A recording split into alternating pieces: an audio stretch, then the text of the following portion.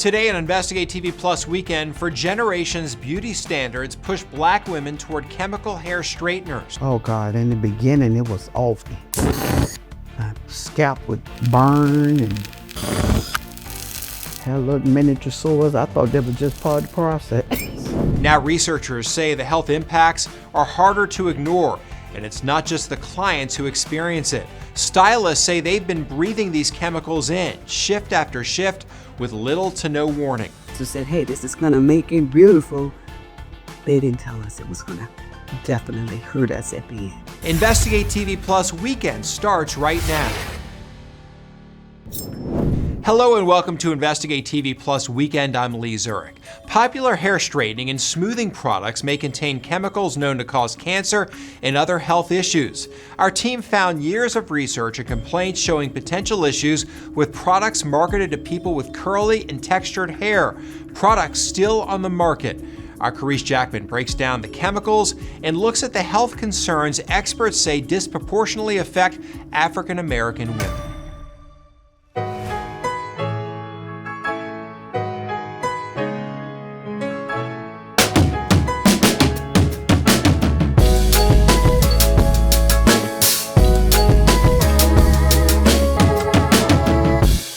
My mom did press and curls, so our house was always full of people.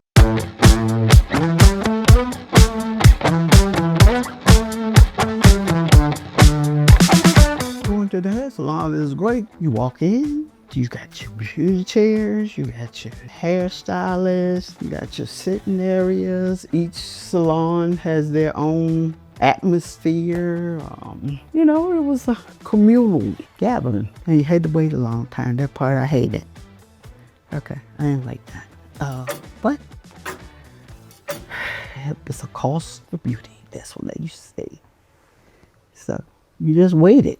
Talk to me about your journey, your hair journey. I started getting perms or relaxers when I was in 6th grade.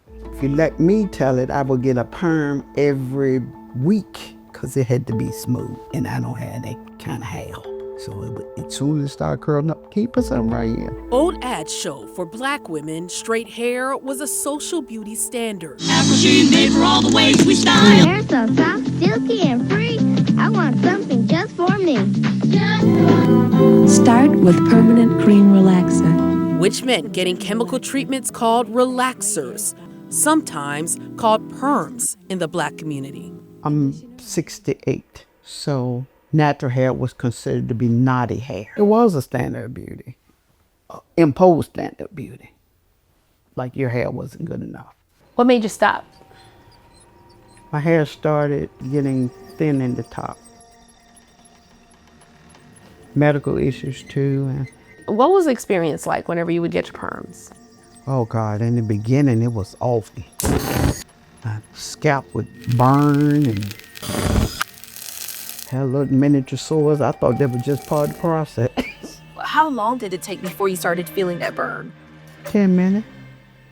And she hadn't finished perming the whole head then. By the time she finished perming the whole head, my hair was aflame. That burn is an experience many African American women feel.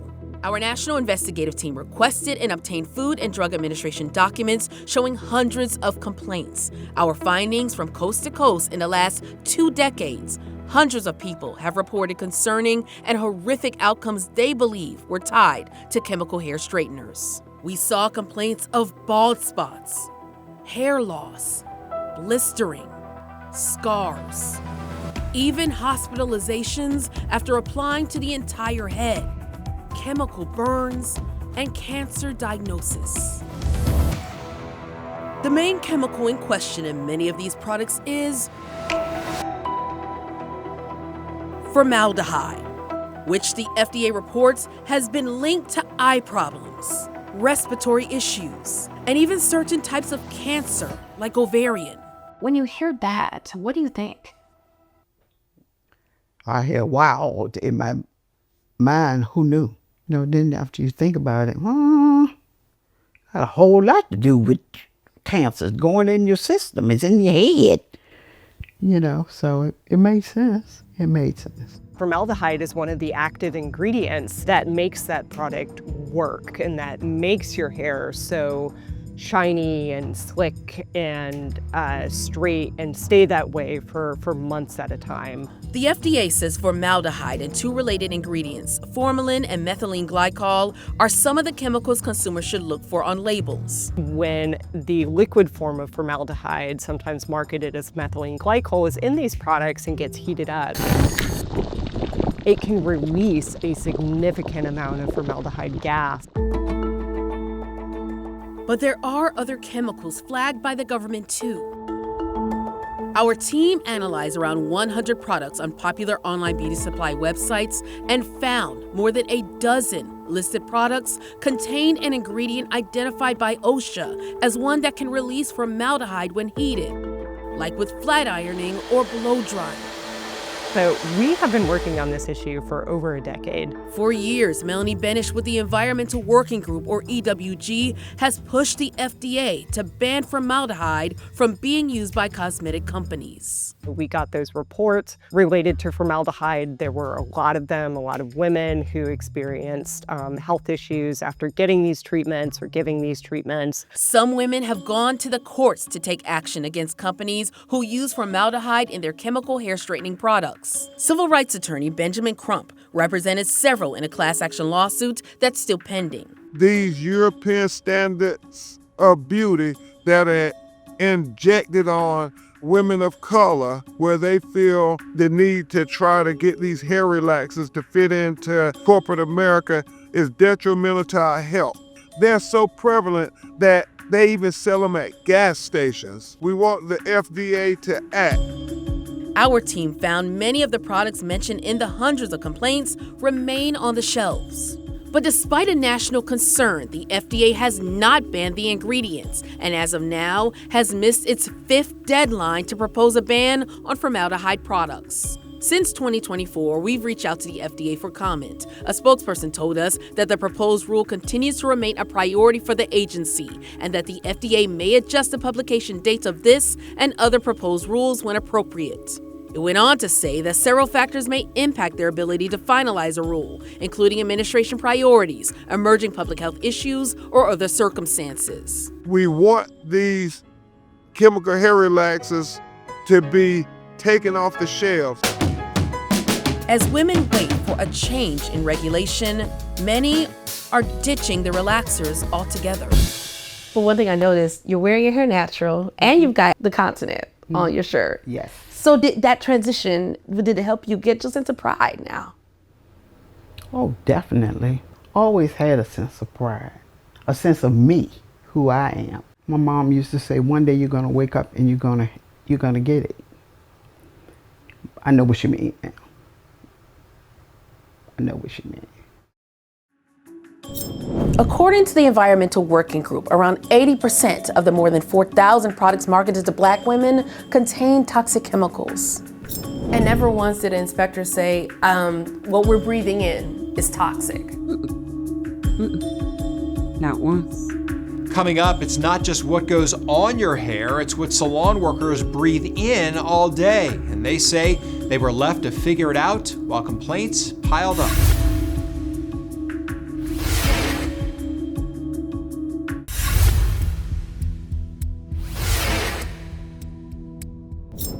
Hairstylists and nail techs don't just do hair and nails, they spend all day around chemicals. And some say they weren't warned about what years breathing in that air could mean. Our Carice Jackman returns with what workers told us from behind the chair, particularly in Black hair salons.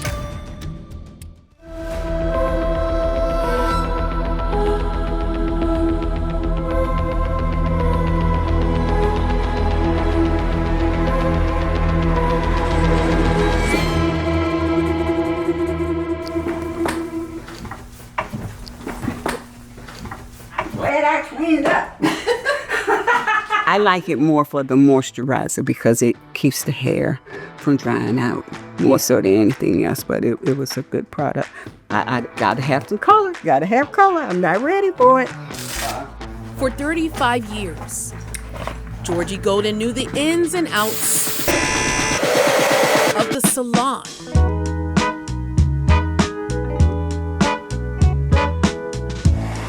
everything was going on in that one place that you felt comfortable, you felt safe, and you knew that when you were done, man, I looked like $1 million. And I didn't even have to go buy a new outfit. She remembers when the biggest sellers were relaxers. The salon would be filled, especially if you had a salon that had 10 to 15 people in there working, and everybody's doing that. Well, you put on gloves because you're dealing with live. That was it. There was no other protection. So we went in blindly thinking that the products that were sold to us that said, hey, this is going to make it beautiful, they didn't tell us it was going to definitely hurt us at the end. When you heard about that study, what did you think? My first thought was, that really couldn't be us. That was my first thought because I didn't know anyone who had. And then as I started reading more, and then as women going in the salon and we're talking and we're saying, well, you know, Susan got cancer. Wait a minute. How? What kind? You know, or you hear someone say, oh yeah, Michael got cancer. You know, he was a stylist. And I was like, really? And then you start thinking, well, you know, we had some friends to pass, but we never knew what they passed from. So we just chalked it up that, hey, they were sick. You know, even when we saw them in the midst of them being sick, people was not going to tell you their business. What she read was a 2022 sister study, research led by the National Institutes of Health that showed a correlation between formaldehyde and uterine cancer after following women for almost 11 years. You never thought that breathing that in constantly would affect you at the end of the day? No, because no one ever said, hey, this is not good for you.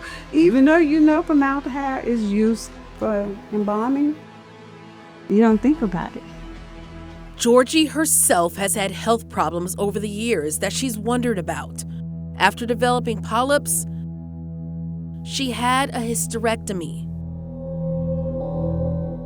When were you diagnosed? And it's lung cancer, correct? Yes. This past April, I was diagnosed.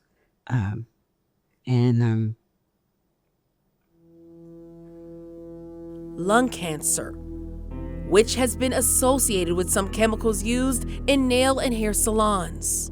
I forego drinking. I forego smoking. I didn't do anything that some of my friends were saying, oh, you're missing the best part of life. And then I became sick and I wound up with cancer. And I was like, I didn't do anything. How did this happen? And then had to start going back through the times. Yeah, I did nails. Formaldehyde was right there. Our national investigative team wanted to examine how hairstylists and employees in hair salons are impacted by the chemicals they're breathing in. We asked the Occupational Safety and Health Administration, or OSHA, for a copy of all complaints submitted to the agency about formaldehyde dangers affecting hair salon owners and workers over the past 5 years. We received 40 complaints from across the country and noticed a pattern coast to coast. Several owners and employees complained about the lack of ventilation within their salons. Some expressing concerns about not having safety data sheets about those chemicals. Concerns, Georgie says, even the inspectors that visited her salon didn't pick up on. And never once did an inspector say, what we're breathing in is toxic. Not once. You know, he walked in, if the door is open, well, you got ventilation. That's how they looked at it.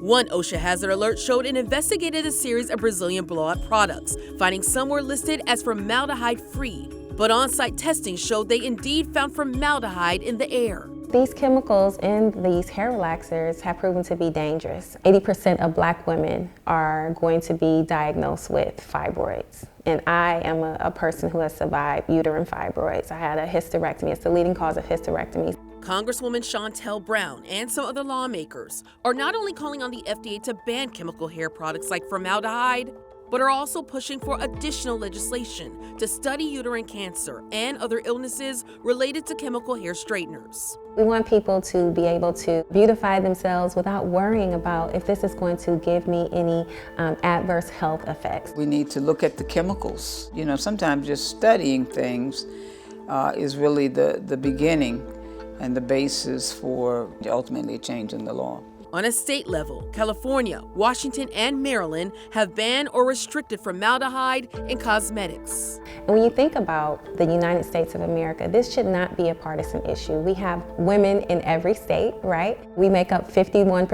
of the population, so this shouldn't be a controversial thing, but we definitely, given the number of people who are impacted by it, should have more resources put into researching this. Back at home, Georgie is retired and doing her best to stay healthy.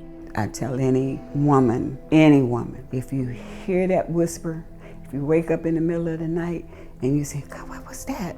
Go to the doctor. Because we as women put everything off. We take care of everybody but ourselves. We as women of color, we want to have the image that they have said we should have. And as they say, beauty costs, and we are paying the cost for that beauty. Our team reached out to some of the companies mentioned in the complaints, but none responded as of this recording. To learn more about potentially toxic chemicals in hair products, go to InvestigateTV.com and search for cost of beauty. Hey, are you still in business? I see your Instagram, all your social media is gone. So I got on, looked, and everything just says user not found. It started with panic and quickly turned into lost customers. A spa business owner says Meta disabled her Instagram account over a serious accusation, and the decision came back in minutes in the middle of the night. What it took to get it fixed, next.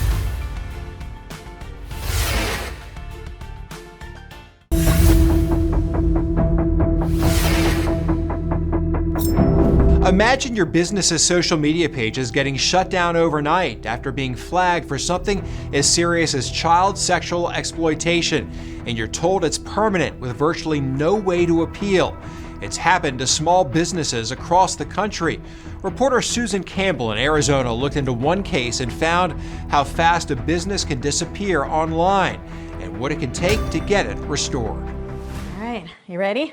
Livea Pristo owns a med spa in Central Phoenix. She does cosmetic procedures like Botox and chemical peels to keep her clients looking their best. Get your Thanksgiving chemical peel. And for a business like hers, Instagram is invaluable. I post a lot of information, a lot of education, a lot of procedures, and that brings my clientele, as well as messaging through Instagram. So she was concerned when she got a series of messages from friends and clients all asking the same question. Hey, are you still in business? I see your Instagram, all your social media is gone. So I got on, looked, and everything just says user not found. Livea checked her email and found messages from Meta, the parent company of Facebook and Instagram. They said her accounts were suspended, that they received her appeal, and her appeal was denied, all within minutes, in the middle of the night. And the reason was disturbing. It was violating child sexual exploitation. So, which is instantly gave me like a panic because I was like, oh my gosh, there's no way. Livea knew there was nothing like that on her pages. And with her business accounts gone, clients assumed her spa had shut down. Business slowed down significantly. It even spread to the app Yelp. So this says Yelpers report this location has closed, which is not the case. She started researching the problem and found stories from across the country of businesses facing the exact same issue. Their pages disabled, accused of child sexual exploitation. Not that it made me feel better, but I was like, okay, something's going on. It's not me, but it has been a nightmare. It's been a nightmare. You can't contact Meta. With no way to fix the problem on her own, Livea reached out to On Your Side. We contacted Meta and explained what happened. They vowed to look into Livea's account, and almost immediately, it was back online. Whatever you guys did, within hours, everything was back up. Got an email saying, you're good. all of LaVea's content returned, along with her followers, who were relieved to see she's still in business. And she's thankful to On Your Side for getting it done. I'm so glad I contacted you, and the results were so fast. Like, you guys responded to me so fast and got my results so fast that it was amazing. It appears likely a hacker gained access to her account and posted something inappropriate, triggering the suspension. Once Meta determined it wasn't her, the account was restored. Debt can snowball fast: interest, fees, then collections. After the break, how it can reach your paycheck or bank account, and how people can work out a plan.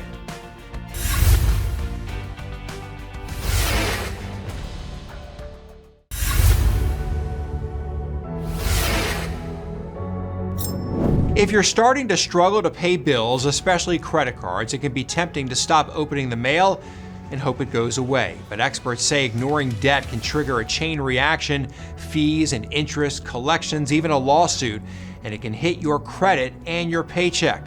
Our Rachel DePompa shows what can happen when debt lingers and the simple steps that can help you get ahead of it in this week's Watching Your Wallet.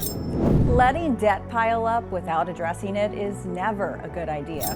Leslie Tane, a debt relief attorney with years of experience, says ignoring your debt could lead to you being sued, and it could also affect your credit score. She says open your mail, respond to repeated calls from a financial institution about your debt.